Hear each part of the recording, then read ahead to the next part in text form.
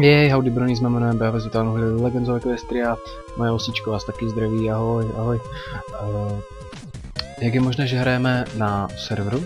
Jak to, že to hrajeme vůbec? No, oficiální servery přeci už nejsou. Byl to jenom víkend.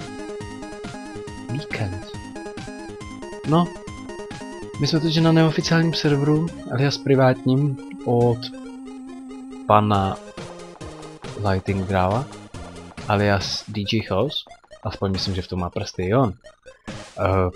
Do popisku videa hodím link, jak si to stáhnout, jak se k nám připojit a mezi nás, jak se připojit a jak si s námi vlastně zahrát. Tutoriál na to dělat nebudu.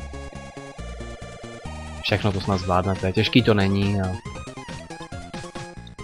Jenom je tady menší problém, že tady nejsou NPCčka, což vadit nebude.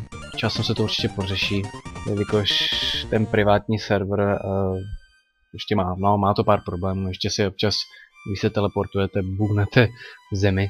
Pokud máte křídla, tak je to v pohodě, se tam lehce dostanete. Každopádně, určitě se na to video podívejte. Vím, že pár lidí mi psalo, že si chtělo zahrát a jak jsem dokázal, že jsem si mohl zahrát na oficiálních těch. Jenom kvůli tomu, že jste nenašli web. No.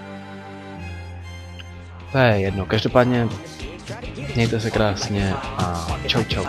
Pop it like it's hot, pop it like it's hot, pop it like it's hot. I got the rollie on my arm and I'm pouring Sean down and I roll the best weed 'cause I got it going on.